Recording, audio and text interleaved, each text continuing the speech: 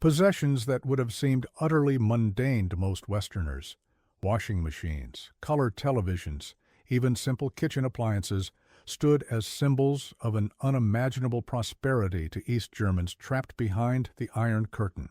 When Dieter Hoffmann, a factory worker from Karl-Marx-Stadt, now Chemnitz, visited his cousin's apartment in Hamburg in 1986 during a rare approved family visit, he stood frozen before the gleaming Miele washing machine in the corner of their modest kitchen.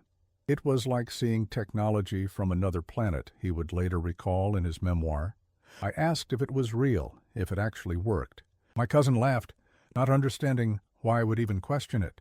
This moment of technological bewilderment captured the profound material divide that had emerged between two halves of a once unified nation, a divide that went far beyond political ideology into the intimate fabric of everyday life. Before we dive into this extraordinary story, tell me in the comments, which city are you watching from? It's incredible to see our historical community spread across the world.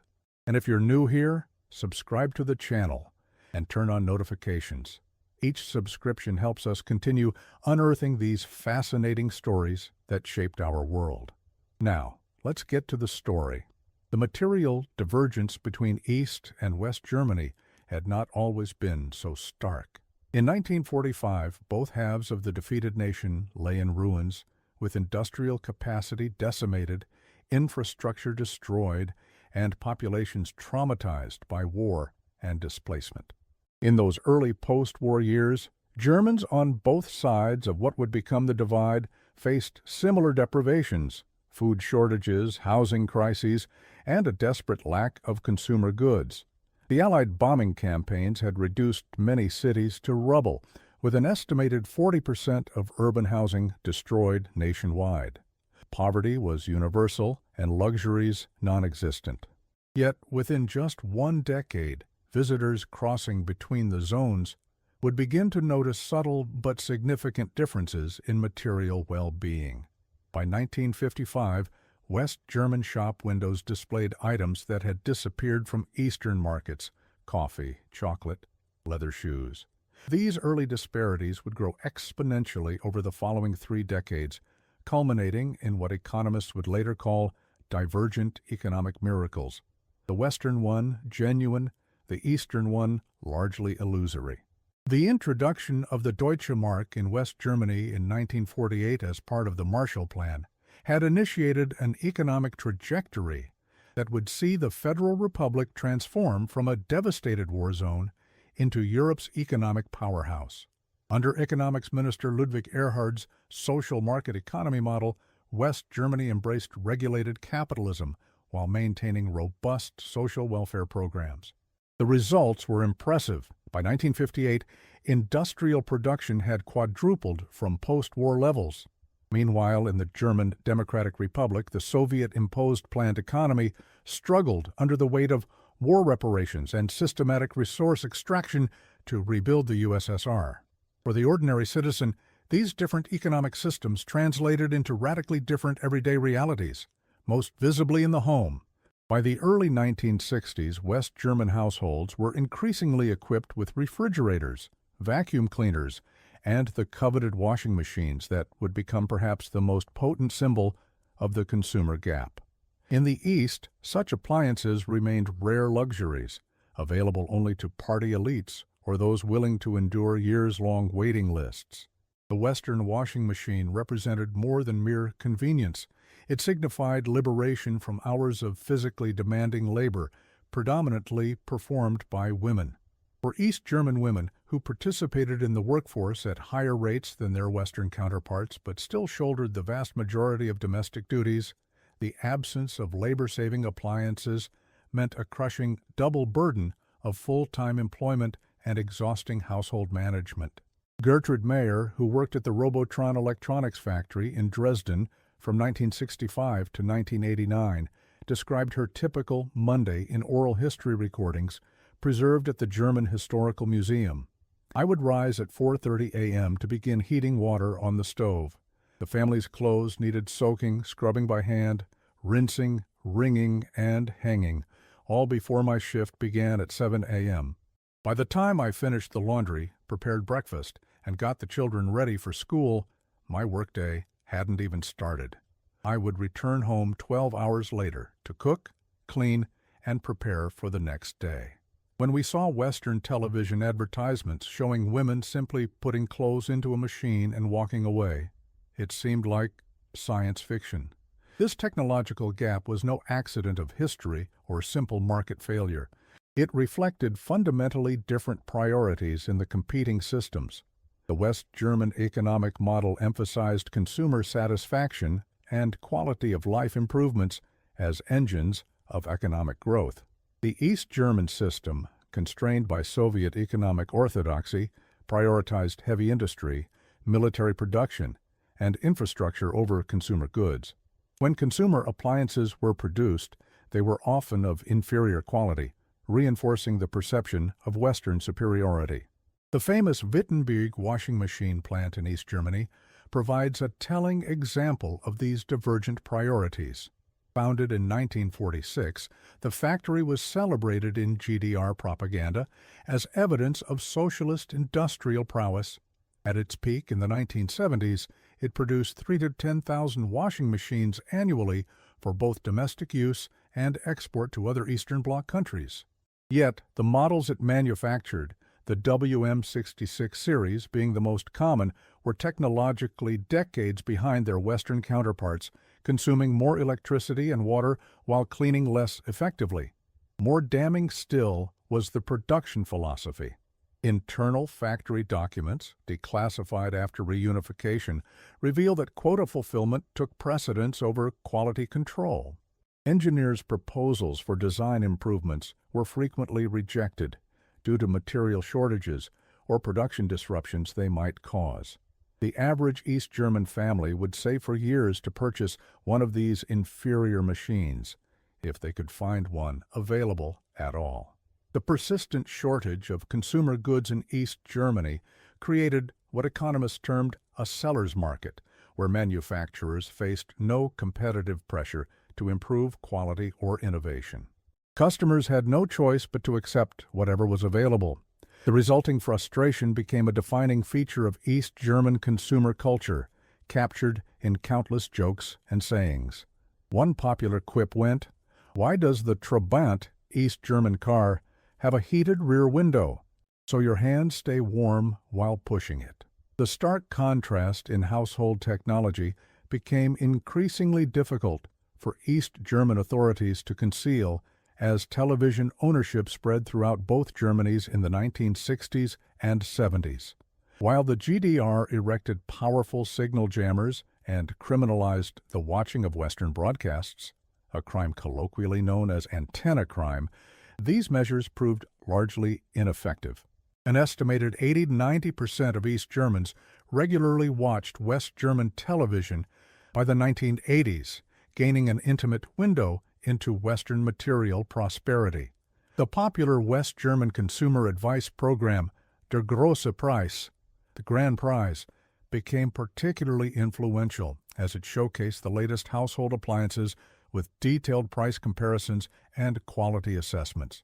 East Germans watched with a mixture of fascination and frustration as Western presenters debated the relative merits of different washing machine models, all of which were far superior to anything available in the East. As one former East German citizen, Klaus Werner, remarked in a post-reunification interview, "We didn't just learn about what we couldn't have. We learned about the whole concept of consumer choice itself, which barely existed in our economy." The GDR leadership recognized the destabilizing potential of this demonstration effect and attempted various strategies to counter it. One approach was to dismiss Western consumerism as shallow materialism contrary to socialist values. A 1970 editorial in the party newspaper Neues Deutschland claimed, "The West German housewife may have her automatic washing machine, but she remains an isolated, alienated individual in a heartless capitalist system, while her East German sister enjoys the solidarity of collective laundry facilities in many apartment blocks." Such propaganda rang increasingly hollow as even the promised collective facilities failed to materialize in many neighborhoods. By the late 1970s, the regime shifted strategy, promising increased consumer goods production under the slogan Unity of Economic and Social Policy. This period saw increased imports of Western manufacturing technology and consumer goods, often purchased with hard currency loans that would eventually contribute to the GDR's economic collapse. The Stasi, East German secret police, closely monitored public opinion regarding consumer frustrations. Declassified reports from the 1980s reveal how seriously the regime took the washing machine gap and similar consumer disparities. One 1985 Stasi assessment warned negative comparisons with the provision of household appliances in West Germany continue to be a primary source of citizen dissatisfaction, particularly among women. This dissatisfaction increasingly translates into questioning of broader economic and political structures. Indeed, the material disparities between East and West became increasingly difficult to justify within Marxist ideology, which had promised that socialism would eventually outproduce capitalism. The official explanation that the GDR started from a disadvantaged position and faced continued Western sabotage became less convincing with each passing decade. By the 1980s, even dedicated party members struggled to explain why, 40 years after the war, East Germans still could not readily obtain basic appliances that had become universal in the West. The washing machine gap exemplified a broader pattern of consumer goods scarcity that characterized the East German economy. The average waiting time for a new refrigerator reached 7 years by the mid-1980s. Automobiles were even more extreme. The infamous waiting period for a Trabant car stretched to 15 years or more. When East Germans finally received their long-awaited appliances, they often found them technically obsolete compared to Western models. This technology gap extended to the quality and design of the products themselves. The typical East German washing machine of the 1980s, if one was fortunate enough to acquire one, was the WM66, manufactured in Schwarzenberg. It featured a single program setting, required constant supervision to prevent flooding, and frequently damaged clothing due to aggressive agitation. By contrast, contemporary West German machines offered multiple programs, safety features, and significantly better cleaning performance while using less electricity and water. The human impact of these disparities went beyond mere convenience. For East German women especially, the lack of household technology translated into thousands of hours of additional physical labor over a lifetime. Studies conducted after reunification estimated that East German women spent on average 47 hours per week on combined paid work and housework, compared to 35 hours for their Western counterparts, despite higher female workforce participation in the East. This chronic time poverty limited educational opportunities, leisure activities, and overall quality of life. The regime's failure to deliver on the promise of material prosperity increasingly undermined its legitimacy. Internal surveys conducted by the Socialist Unity Party in the late 1980s, and kept secret until after reunification, revealed that even among party members, faith in the system's ability to improve living standards had collapsed. One confidential 1988 report noted with alarm, when asked about the primary advantages of socialism, only 13% of respondents mentioned economic benefits or material security, compared to 62% in a similar survey conducted in 1968.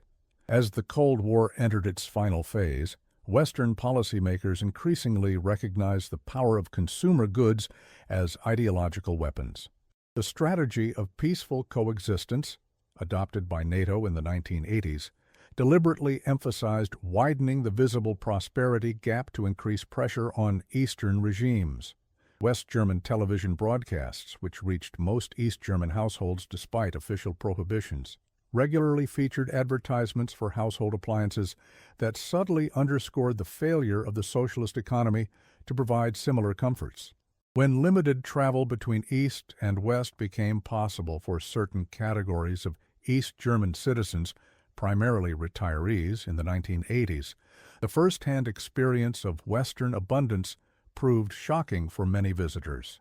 Hildegard Knef, a retired teacher from Leipzig who was permitted to visit relatives in Stuttgart in 1987, wrote in a letter confiscated by the Stasi, "I knew there would be differences, but I was unprepared for the reality. Their supermarkets are palaces compared to our shops." My niece showed me her kitchen with devices I had never seen before. She treats her automatic washing machine as unremarkable, yet such a machine would transform my daily existence. How can our leaders claim we are on the correct path when ordinary workers there live better than our highest officials? By 1989, as political unrest grew throughout the Eastern Bloc, economic grievances, including the chronic shortage of consumer goods, fueled popular discontent. When thousands of East Germans fled through Hungary to Austria that summer, journalists interviewing the refugees found that alongside political freedom, material aspirations featured prominently in their decisions to leave. As one young mother told a West German reporter at the Austrian border, "I want my children to grow up in a country where waiting 15 years for a car or 7 years for a washing machine isn't considered normal." The psychological impact of these material disparities extended beyond mere envy or frustration. For many East Germans, the ever-widening gap contradicted the regime's core promise that socialism, despite early hardships, would eventually deliver superior living standards. Each year that passed with this promise unfulfilled eroded the system's legitimacy further. By the late 1980s, even the most dedicated ideologues struggled to explain why capitalism, supposedly an inferior and crisis-prone system, consistently outperformed socialism in producing the goods that improved everyday life.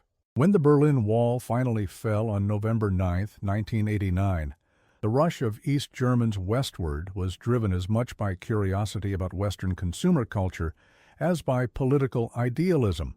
Contemporary news footage shows East Berliners marveling at shop windows in the Western sectors, many experiencing a form of sensory overload that Germans would later dub Konsumschock, consumption shock. Department stores like Kadawi became unofficial tourist attractions, with East Germans wandering the aisles in silent amazement at the variety and abundance of goods. Reunification brought the promise of material equality, but the reality proved more complex. When the East German currency was exchanged for Deutsche Marks in July 1990, East Germans suddenly had the purchasing power to acquire long-coveted Western goods. A massive consumer spending spree followed, with washing machines, color televisions, and refrigerators topping the shopping lists. Sales of household appliances in the former East German territories increased by over 400% in the second half of 1990, according to industry figures. Yet this buying frenzy masked deeper economic troubles. As East German industries collapsed under market competition, unemployment soared. Many families found themselves with new appliances, but no steady income to maintain them. The material gap closed more quickly than the psychological one, as Eastern consumers discovered that Western abundance came with its own pressures and insecurities. For those who had spent decades dreaming of owning a modern washing machine, the reality sometimes proved anticlimactic. As Christa Wolf, one of East Germany's most prominent authors, observed in her post-reunification writings, "The objects we yearned for across the wall have arrived in our homes, yet the happiness they were supposed to bring remains elusive. Perhaps we invested too much emotional significance in these machines, expecting them to compensate for other deprivations." As the initial euphoria of reunification faded, more nuanced assessments of the consumer divide emerged.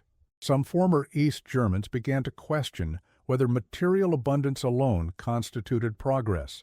Environmental concerns about excessive consumption, largely suppressed under communist rule, gained voice. Others noted that the social safety nets of East Germany, however inadequately funded, had provided basic security that market capitalism did not guarantee. Yet for many who had experienced the chronic shortages and technological backwardness of the Eastern system, these reflections did not diminish the fundamental reality. The failure to provide basic modern household conveniences had represented a profound betrayal of socialism's promise. The washing machine gap symbolized a broader failure, not just to deliver material comfort, but to recognize the value of time, particularly women's time, in a society that claimed to stand for equality.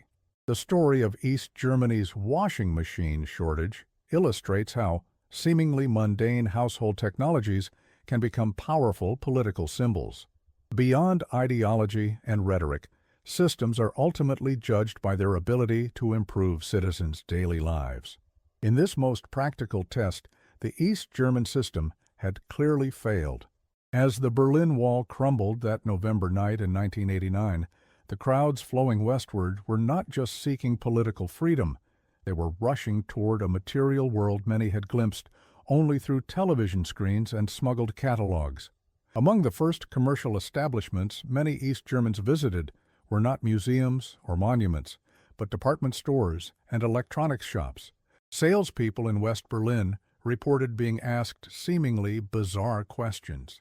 Does this washing machine really work without intervention? How often does it break down? Are you certain there's no waiting list? These questions revealed how thoroughly the East German experience had normalized scarcity and dysfunction. The material disparities between East and West extended far beyond washing machines, of course. The entire domestic sphere exhibited technological divergence that had accelerated rather than diminished over the 4 decades of division. By the late 1980s, over 75% of West German households owned telephones compared to just 70% in the East. Color televisions could be found in nearly 90% of Western homes, but fewer than 40% of Eastern ones. The contrasts in kitchen technology were particularly stark. Microwave ovens, food processors, and electric coffee makers, commonplace in the West, remained rare luxuries in the East. Perhaps most telling was the quality differential in supposedly equivalent products. When the Institute for Product Testing in Stuttgart examined Eastern and Western appliances side by side after reunification, the results were devastating. Eastern washing machines consumed nearly twice the electricity and 3 times the water of Western models while cleaning less effectively.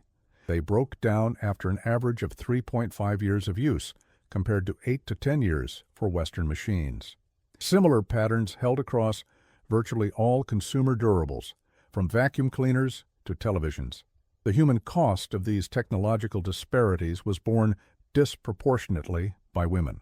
Despite the GDR's official commitment to gender equality, with higher rates of female employment and better child care provision than the West, East German women faced what sociologists would later call a triple burden: full-time work, household management without modern appliances, and primary responsibility for child care. Surveys conducted after reunification revealed that East German women averaged just 4.5 hours of free time per week compared to 15 hours for their Western counterparts. Erika Ruger, who worked at the Carl Zeiss optical factory in Jena from 1964 until reunification, described her pre-1989 routine in a 2010 oral history interview. Monday was laundry day, which meant carrying water, heating it on the stove, scrubbing by hand, rinsing, wringing, and hanging everything to dry. It took the entire evening after my shift ended at 4 p.m. I would be exhausted with raw hands from the harsh soap, but still needed to prepare dinner and help my daughter with schoolwork. When I finally visited my sister in Nuremberg after the wall fell and saw her simply put clothes in a machine, press a button, and walk away, I wept. I calculated I had spent over 7,000 hours of my life doing laundry by hand, almost an entire year of waking hours. The psychological impact of such technological disparities went beyond the practical hardships they imposed. For many East Germans, the growing gap served as irrefutable evidence that their system had failed in its most basic promise, to deliver a higher standard of living than capitalism. This realization was particularly bitter for the older generation, who had endured the difficult early years of the GDR with genuine belief in the socialist project. Herbert Meinke, who had joined the Socialist Unity Party in 1946 at age 20 and remained a loyal member until 1989, expressed this disillusionment in his unpublished memoirs. "I believed our sacrifices were building a more just society that would eventually surpass the West in all measures. By the 1970s, I could no longer maintain this belief. When I would visit my brother-in-law's family in Hamburg, a working-class household, mind you, I saw they lived better than our party officials. Their washing machine, refrigerator, color television, all superior to what even our factory director owned. How could I explain this to my children?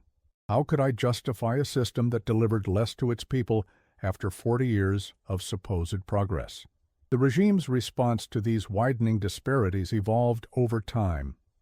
In the 1950s and early 1960s, the official position held that consumer goods represented bourgeois luxuries unworthy of a socialist society focused on collective achievement.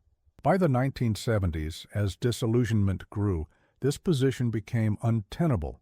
Under Erich Honecker's leadership, the GDR pivoted toward what officials called the unity of economic and social policy, which explicitly promised improved consumer goods availability. This shift was reflected in the state's economic plans. The percentage of industrial investment allocated to consumer goods production increased from 15% in the 1960s to nearly 30% by the late 1970s. New factories were built specifically for household appliance manufacturing, including expanded facilities at Schwarzenberg, washing machines, and Sömmerda, refrigerators. The Eighth Party Congress in 1971 explicitly identified household technology as a priority area for improving citizens' quality of life. Yet these efforts yielded disappointing results. The structural inefficiencies of the planned economy, lack of market feedback, emphasis on quantity over quality, chronic material shortages, and outdated technology prevented the GDR from closing the consumer gap. If anything, the divide widened during the 1980s as Western manufacturers leveraged microelectronics and advanced engineering to create increasingly sophisticated appliances, while Eastern factories struggled to maintain even basic production levels. The regime's inability to deliver on its consumer promises had profound political consequences. Internal Stasi reports from the 1980s repeatedly warned about growing public disillusionment linked to unfulfilled material expectations. One 1985 assessment noted, "Negative comparisons with Western living standards are no longer limited to recognized problem groups, but have become widespread among factory workers and even party members." Citizens increasingly question not just specific policies, but the system's fundamental ability to deliver promised improvements. The connection between consumer frustration and political destabilization became particularly clear during the Leipzig Monday demonstrations that helped precipitate the GDR's collapse in autumn 1989. While initial protests focused on travel restrictions and political freedoms, economic grievances quickly emerged as a central theme. Handmade signs with slogans like 40 years is enough directly referenced the regime's failure to deliver material progress despite 4 decades of promises. Western intelligence agencies had long recognized the potential of consumer disparities to undermine Eastern Bloc stability. Recently declassified CIA analyses from the 1980s reveal a deliberate strategy of emphasizing the shop window effect, making Western prosperity as visible as possible to Eastern populations through television, limited travel opportunities, and cultural exchanges. As one 1983 assessment concluded, the East German regime faces a no-win situation regarding consumer goods. They cannot deliver Western quality products within their economic system, yet their proximity to West Germany makes the gap impossible to conceal. When the wall finally opened in November 1989, the consumer dimension of reunification immediately took center stage. West German department stores near the border stayed open around the clock to accommodate East German shoppers exercising their new freedom of movement. The 100 Deutschmarks in welcome money, Begrüßungsgeld, that the West German government provided to each Eastern visitor was predominantly spent on previously unavailable consumer goods. Coffee, chocolate, cosmetics, and small electronic devices topped the shopping lists. For many East Germans, these initial shopping expeditions produced a complex mixture of emotions: joy at finally accessing long-desired products, shame at their previous deprivation, and disorientation at the overwhelming variety.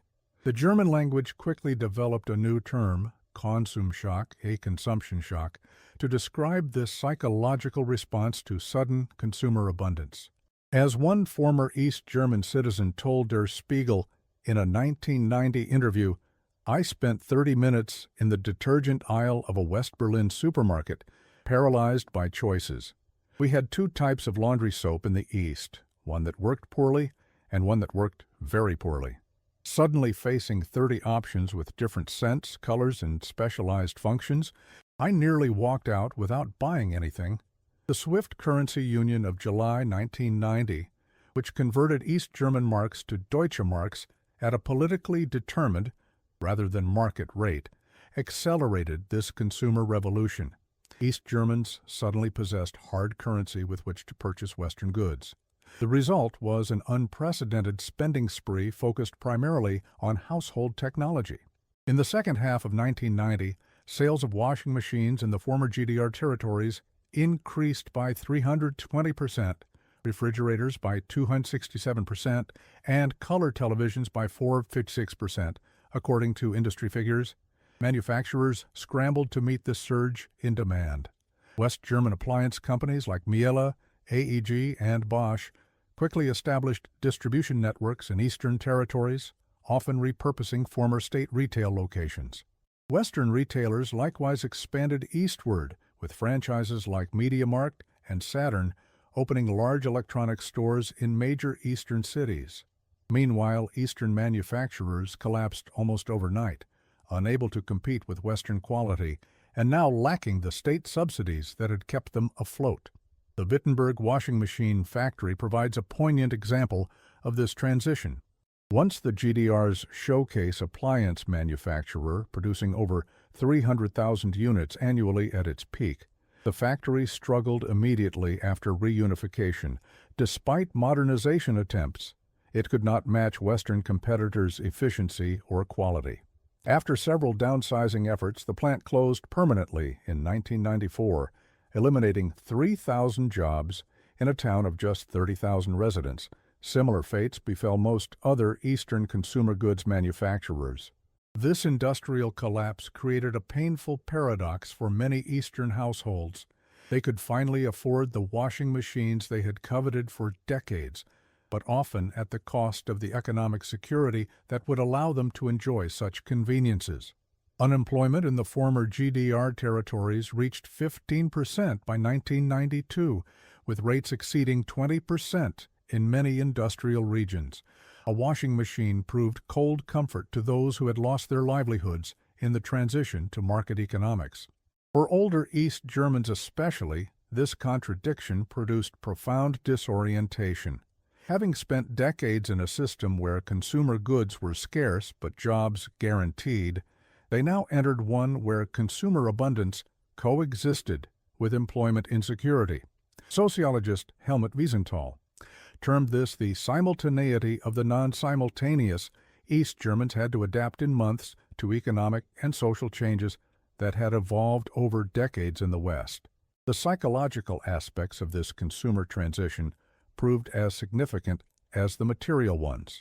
East Germans had developed distinctive consumption patterns adapted to scarcity, hoarding available goods, maintaining extensive repair skills, and developing informal exchange networks.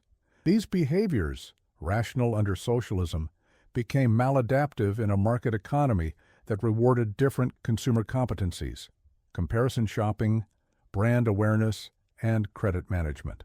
The Western washing machine, once a symbol of unattainable luxury, now served as a daily reminder of both liberation and loss. As one respondent in a 1995 consumer study explained, "Yes, I have the automatic washing machine I dreamed of for 20 years. It sits in my kitchen in my prefabricated apartment. That hasn't changed. I operate it with hands damaged by decades of harsh detergents and hot water. My children have moved west for work. The factory where I spent my life is closed. The machine works perfectly, but the life around it has fallen apart." Despite these complexities, most East Germans embraced the material improvements reunification brought. Surveys conducted throughout the 1990s consistently showed high satisfaction with increased consumer goods availability, even among those critical of other aspects of the transition. By 1995, ownership rates of major household appliances in eastern states had nearly reached Western levels, representing one of the few areas where East-West convergence occurred rapidly. This consumer integration happened unevenly, however. Urban areas and younger households adopted Western consumption patterns quickly, while rural communities and older individuals often maintained elements of Eastern consumer culture, emphasizing durability over fashion, repair over replacement, and utility over status. These divergent approaches to consumption would persist as markers of East-West differences long after formal reunification. The washing machine gap, like other material disparities, had never been merely about technology. It reflected fundamentally different conceptions of what constituted the good life and how society should prioritize resource allocation. The East German system had emphasized collective consumption, public transportation, cultural facilities, sports complexes, over private consumption. Some aspects of this approach, such as extensive child care and public recreation facilities, were genuinely popular and became subjects of nostalgia for the East, in later years. Yet the system's failure to deliver basic household technologies that would reduce domestic drudgery revealed a profound disconnect between ideology and lived experience. For all its theoretical commitment to women's equality, the GDR never adequately addressed the material conditions that would make such equality possible in daily life. The washing machine gap thus exposed not just technological backwardness, but ideological hypocrisy. This contradiction was particularly bitter for many women who had believed in socialism's emancipatory promise.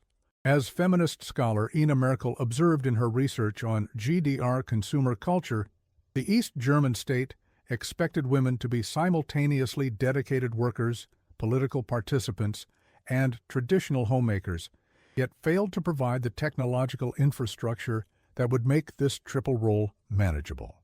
The chronic shortage of household appliances represented not just an economic failure, but a betrayal of core gender equality principles. The reunified Germany inherited these complexities.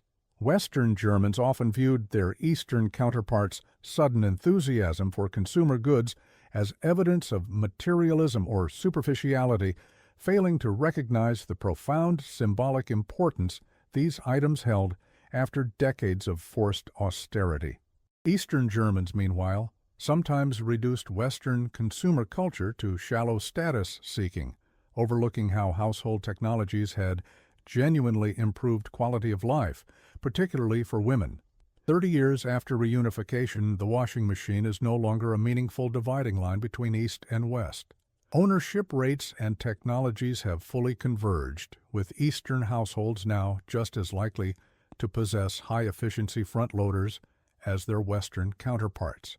Yet the historical memory of this disparity remains potent, particularly for those who experienced it firsthand. This convergence has not, however, erased all material differences. Wage gaps between East and West persist, with Eastern workers earning approximately 82% of Western salaries for equivalent positions as of 2020. Home ownership rates remain lower in the East, and household wealth shows even starker disparities. The average Western household possesses nearly 3 times the net assets of its Eastern counterpart, largely due to differences in inheritance and property accumulation during the divided years. The washing machine gap also left cultural legacies that transcend material conditions. Eastern Germans retained certain consumption patterns decades after reunification: greater price sensitivity, preference for functionality over branding, and more advanced repair skills. Some of these traits, once born of necessity, have found new relevance in emerging sustainability movements that question mindless consumption and planned obsolescence. Environmental historians have noted a bitter irony in the consumer goods disparity. The West German economic miracle that produced abundant washing machines also generated extraordinary pollution. The Rhine was famously declared ecologically dead in the 1970s, largely due to detergent runoff and industrial waste from the consumer goods industry. The East German economy, for all its inefficiency, produced less household waste and used fewer resources per capita, though its heavy industries created different but equally severe environmental problems, particularly air pollution. The story of the washing machine gap illuminates broader historical questions about how we evaluate different economic systems. Traditional metrics focused on industrial output or military capacity failed to capture the everyday reality of life under competing systems. When ordinary citizens judged their societies, they did so largely through the prism of daily experience, and here, the ability to launder clothes without physical exhaustion mattered more than abstract statistics or ideological claims. For future generations who never experienced divided Germany, it may be difficult to comprehend how something as mundane as a household appliance could become so politically charged.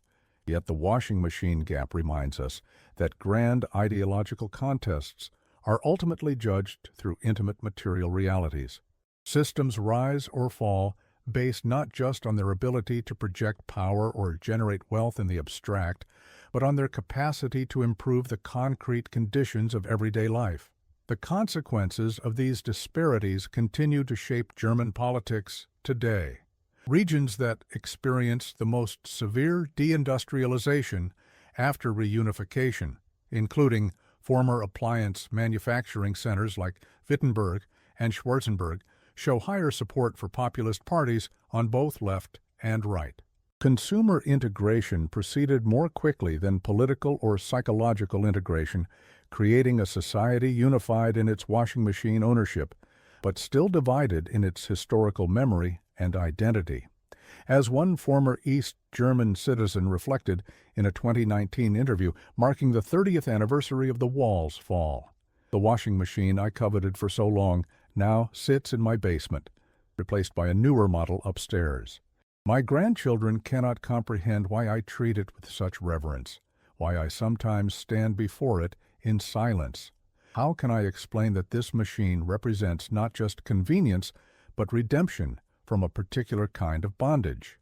That it symbolizes both the failure of one system and the triumph of another? That I measure my life in before and after, not just by historical events, but by when labor was transformed in my own home. This generational forgetting is perhaps inevitable. Today's young Germans, born after reunification, take for granted conveniences that once separated two worlds. The washing machine has receded into the background of daily life, its transformative power forgotten now that it is universal.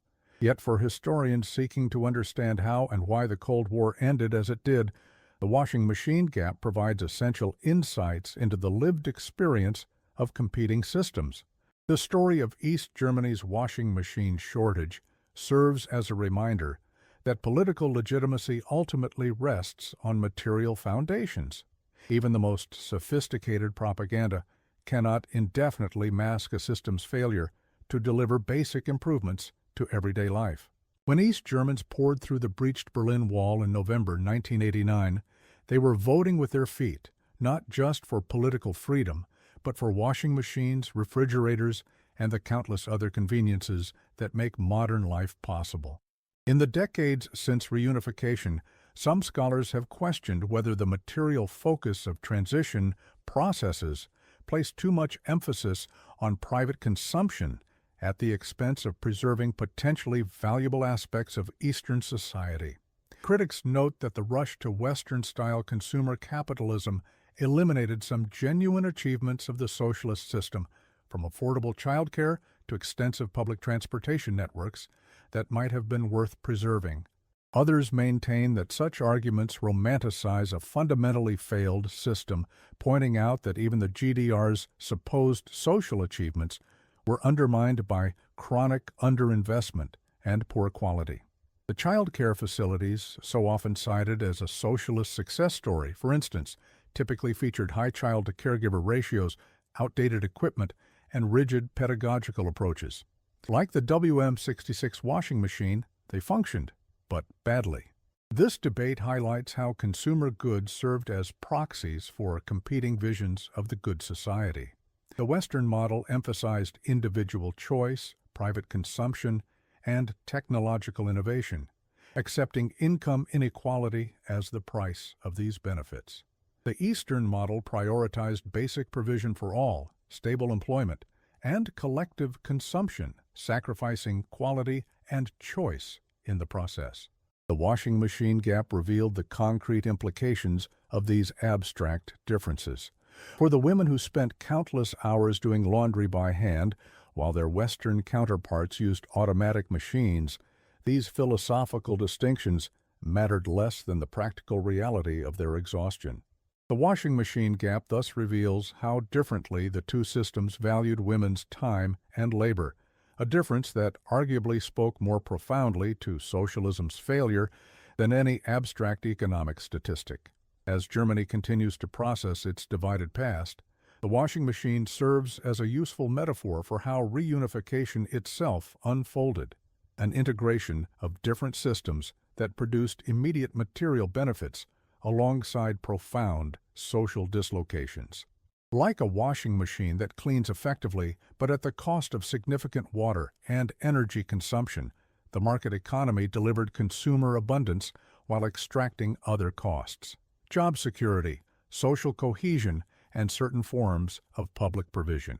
Historians now increasingly recognize that the consumer revolution in post-Wall Eastern Germany represented not just a triumph of Western capitalism, but a complex negotiation between different value systems. East Germans did not simply abandon their consumer culture overnight, they selectively adapted Western practices while maintaining elements of Eastern approaches. This hybridization created distinctive patterns that persist in consumption statistics 30 years later. Eastern Germans still save at higher rates, take on less consumer debt, and keep appliances longer before replacement. The most enduring legacy of the washing machine gap may be its demonstration that seemingly private, domestic technologies carry profound political significance. Household appliances are never merely convenient. They shape how we use time, define gender roles, and structure daily life. The political system that fails to recognize this intimate connection between domestic technology and human flourishing is doomed to lose legitimacy, regardless of its ideological claims or geopolitical power. For the reunified Germany, the swift closure of the washing machine gap represented one of reunification's genuine successes, a concrete improvement in daily life that most citizens, regardless of political perspective, could recognize as positive. Other aspects of integration proved far more contentious, from property restitution to industrial policy, but few questioned the benefit of modernizing Eastern household technology. Yet this material convergence masks ongoing differences in how East and West Germans conceptualize consumption itself. Sociological studies conducted decades after reunification reveal persistent differences in consumer values and behaviors that transcend generational change. Eastern Germans consistently demonstrate greater skepticism toward advertising, stronger price sensitivity, and more emphasis on functionality over brand prestige, differences that reflect not just economic disparities but distinct consumer cultures forged during the divided era. These differences sometimes produce mutual incomprehension. Western Germans may perceive Eastern consumer caution as provincial or unsophisticated, while Eastern Germans often view Western consumption patterns as wasteful or status-obsessed. The washing machine, once a stark dividing line between systems, now serves as a more subtle marker of lingering cultural distinctions in how citizens approach material life. For the generation that experienced division firsthand, the memory of material disparity remains visceral. As Helga Schmidt, a retired teacher from Dresden, expressed in a 2018 oral history, "My Western relatives visited after reunification and commented on my quaint kitchen. They meant it kindly, but I heard condescension. They couldn't understand that each item there, the mixer I'd waited 2 years to purchase, the refrigerator obtained through workplace connections, represented not just a possession, but a personal triumph over a system of scarcity." My new washing machine was my first Western purchase. I still have the receipt, tucked in my photo album alongside family pictures. Such testimonies highlight how household technology carried emotional and symbolic significance far beyond its utilitarian function. For many East Germans, modern appliances represented not just convenience, but dignity, an affirmation that their time and labor deserved the same respect as their Western counterparts. The denial of such technology by the socialist state thus constituted not merely an economic failure, but a moral one. The washing machine gap also illuminates broader patterns of how authoritarian systems fail. The East German regime maintained impressive control over political expression, education, and movement, but ultimately could not control what citizens desired or how they judged their living standards. As households across the East tuned into Western television broadcasts each evening, the regime lost control of the narrative about what constituted a good life and a successful society. This pattern extends beyond the Cold War context. Contemporary authoritarian states face similar challenges in an interconnected world where citizens can readily compare their material conditions with those elsewhere. The washing machine gap thus offers a historical case study in how material disparities undermine political legitimacy in ways that repression alone cannot counteract. For historians studying the Cold War's end, household technology provides a concrete metric for evaluating competing systems that transcends ideological claims. When ordinary citizens judged capitalism and socialism, they did so largely through the prism of daily experience. And here, the capacity to launder clothes without physical exhaustion often mattered more than abstract promises of historical progress or social justice. The swift material convergence after reunification reveals another important historical lesson. Many East-West disparities had been artificially maintained by political division, rather than reflecting inherent economic or technological limitations. Within just 5 years of the Wall's fall, Eastern household technology had largely caught up to Western standards, a pace of change that would have been impossible under the constraints of the socialist system. This rapid convergence has sometimes led to historical amnesia about how significant these disparities once were. For younger Germans who grew up in the reunified state, the idea that a washing machine could once have represented an almost unattainable luxury seems almost incomprehensible. This generational forgetting obscures important lessons about how material conditions shape political legitimacy and social cohesion. As one teacher from Leipzig noted in a 2019 classroom discussion documented by German public television, "When I tell my students that my family did laundry by hand until 1992, they assume we were unusually poor. I have to explain that this was normal, that automatic washing machines were luxury items available only to the fortunate few. They simply cannot imagine a society where such basic technology was scarce."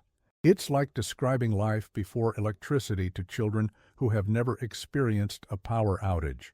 This historical distance creates challenges for commemorating the divided past. Museums throughout Eastern Germany now display East German washing machines, refrigerators, and other household technology as artifacts of a vanished material culture. These exhibitions attempt to convey not just the technical inferiority of Eastern products, but the entire experience of shortage, waiting, and making do that characterize GDR consumer culture. The Dokumentationszentrum Alltagskultur der DDR, Documentation Center for Everyday Culture in the GDR, in Eisenhüttenstadt, features a particularly effective exhibition on household technology. Visitors can compare Eastern and Western washing machines from the same time periods, examine waiting list documentation, and listen to oral histories about the experience of doing laundry under socialism. Such museums serve an important function in preserving the material memory of everyday life under division. For the historian seeking to understand why communist systems collapsed when they did, the washing machine gap provides crucial insights. The failure of Eastern Bloc economies to deliver basic household technologies represented a systemic weakness that undermined political legitimacy from within. As citizens compared their material conditions with Western counterparts through television, limited travel, and family connections, the gap between ideology and lived experience became unsustainable. This disparity created a particularly damaging contradiction for regimes that base their legitimacy on promises of material progress. Unlike explicitly religious or nationalist authoritarian systems, communist states justified their existence largely through claims of economic superiority. When these claims proved increasingly divorced from citizens' everyday experience, the foundation of regime legitimacy crumbled. The washing machine thus stands as a powerful symbol of how ordinary household objects can acquire extraordinary political significance. In the contest between competing systems, it was not nuclear arsenals or space programs that ultimately proved decisive, but the humble domestic technologies that shaped everyday life. When Eastern Bloc citizens judged their systems against Western alternatives, they did so largely through the intimate material realities of their homes. 35 years after the Wall's fall, as a reunified Germany continues to process its divided past, the washing machine gap offers important lessons about the relationship between political systems and material life. No ideology, however compelling in theory, can long survive its failure to deliver basic improvements to everyday existence. The system that cannot provide washing machines will eventually collapse, regardless of its military power or geopolitical influence. For the millions who experienced Germany's division firsthand, the memory of material disparity remains a defining feature of their biographical narratives. As one respondent in a 2020 oral history project expressed, "When people ask what freedom meant to me after the wall fell, they expect political answers. But my first freedom was stepping away from a washing machine while it worked, walking into another room, reading a book, playing with my child, knowing the machine would complete its cycle without my constant attention." After 30 years of democracy, I still sometimes pause to appreciate this small miracle that younger generations take for granted. In such testimonies, we glimpse how political history and personal experience intertwine through material objects. The washing machine gap was never merely an economic statistic, but a lived reality that shaped individual biographies and collective memory. Its study reminds us that grand historical narratives about competing systems ultimately rest on countless intimate experiences of everyday life, experiences in which something as seemingly mundane as doing laundry can acquire profound historical significance